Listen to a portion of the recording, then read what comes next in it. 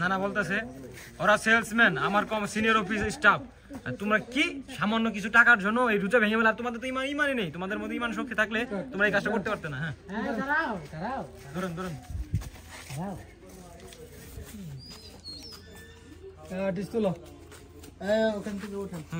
এদিক দাঁড়াও। নানা বলতেছে নানা তোমরা তো এগুলো যোগ্যই নয়। ছি ছি ছি ছি, পচা মানুষ হয়ে গেছো। তাদের প্রতি একটু নেককার জানান, একটু নেককার জানান না তোমরা, দুষ্ট ছেলেরা।